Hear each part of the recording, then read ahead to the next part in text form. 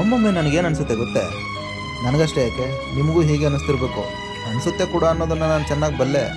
ನಾನು ಮನುಷ್ಯ ಸ್ವಾಮಿ ನಿಮ್ಮಂತೆ, ಆದರೆ ನನಗೂ ನಿಮಗೂ ಒಂದೇ ಭೇದ. ನಾನು ಹೇಳ್ಕೊಳ್ತೇನೆ, ನೀವು ಹೇಳ್ಕೊಳ್ಳೋದಿಲ್ಲ. ಇದ್ಯಾವ ಮಹಾಭೇದ ಬಿಡಿ.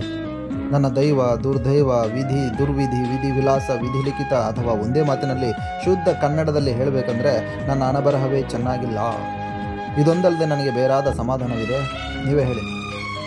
ಅರೆ ದಡ್ಡ ತಂದೆ ತಾಯಿಗಳ ಹಿತೋಪದೇಶವನ್ನು ಕೇಳಿ ಚೆನ್ನಾಗಿ ಓದಿದೆ ಸ್ವಾಮಿ. ಪೂರ್ತಿ ದಡ್ಡ ಉಪಾಧ್ಯಾಯರುಗಳಿಂದ ಬುದ್ಧಿವಂತನೆಂದು ಅನಿಸ್ಕೊಂಡೆ. ಅಪ್ಪನ ಹಣ ಕೊಟ್ಟು ಪ್ರೈವೇಟ್ ಟ್ಯೂಷನ್ ಹೇಳಿಸ್ಕೊಂಡು ಪ್ರತಿ ವರ್ಷವೂ ಪಾಸಾದೆ. ಒಂದೇ ಶಾಲೆಯ ಪರೀಕ್ಷೆಯಲ್ಲಿ ಪಾಸಾದವನು ಬಾಳಿನ ಪರೀಕ್ಷೆಯಲ್ಲೂ ಪಾಸಾಗಬೇಕೆಂಬ ನಿಯಮವಿದೆಯೇ? ಶಾಲೆಯ ಪರೀಕ್ಷೆಯಲ್ಲಿ ಕೈಗೆ ಬರುವ ಕ್ವಶನ್ ಪೇಪರೇ ಬೇರೆ, ಬಾಳಿನ ಪರೀಕ್ಷೆಯಲ್ಲಿ ಬರುವ ಕ್ವಶನ್ ಪೇಪರೇ ಬೇರೆ. ಅಲ್ಲದೆ ಇನ್ನೊಂದು ಮುಖ್ಯವಾದ ವಿಷಯ, ಹಣ ಕೊಟ್ಟು ಪ್ರೈವೇಟ್ ಟ್ಯೂಷನ್ ಹೇಳಿಸಿಕೊಳ್ಳುವವನಿಗೆ ಗುರುಬಲ ಸಹಜವಾಗಿಯೇ ಇದೆ. ಅವನು ಪಾಸಾಗಿ ಆಗ್ತಾನೆ.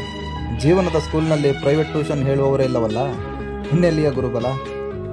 ಏನು ಮಾಡಬೇಕೆಂಬುದು ಗೊತ್ತಿಲ್ಲದಿದ್ದಾಗ ಏನು ಮಾಡಬೇಕೆಂದು ನನಗೆ ಚೆನ್ನಾಗಿ ಗೊತ್ತಾಗಿದೆ ಈಗ. ಅನುಭವ ಸ್ವಾಮಿ, ಅನುಭವ. ಹಿಂದಿನದನ್ನು ನೋಡುವುದು, ಮುಂದಿನದನ್ನು ಮಾಡುವುದು. ಮಕ್ಕಿ ನನ್ನ ಹಿಂದಿನವರು ಇದನ್ನೇ ಮಾಡಿದ್ರು, ನಾನು ಇದನ್ನೇ ಮಾಡ್ತಿದ್ದೇನೆ, ನನ್ನ ಮುಂದಿನವರು ಇದನ್ನೇ ಮಾಡ್ತಾರೆ. ಇದಕ್ಕೆ ಬುದ್ಧಿ ಏಕೆ ಬೇಕು ಮಹಾಸ್ವಾಮಿ? ಹೊಸದನ್ನು ಕಂಡುಹಿಡಿಯಲು ನಾನೇನು ಕೊಲಂಬಸ್ ಕೆಟ್ಟೋದ್ನೆ? ಆ ಮೂರ್ಖನಾದರೂ ಮಾಡಿದ್ದೇನೋ ಏನನ್ನೋ ಹುಡುಕಲು ಹೊರಟ ಅಮೆರಿಕವನ್ನು ಹಿಡಿದ.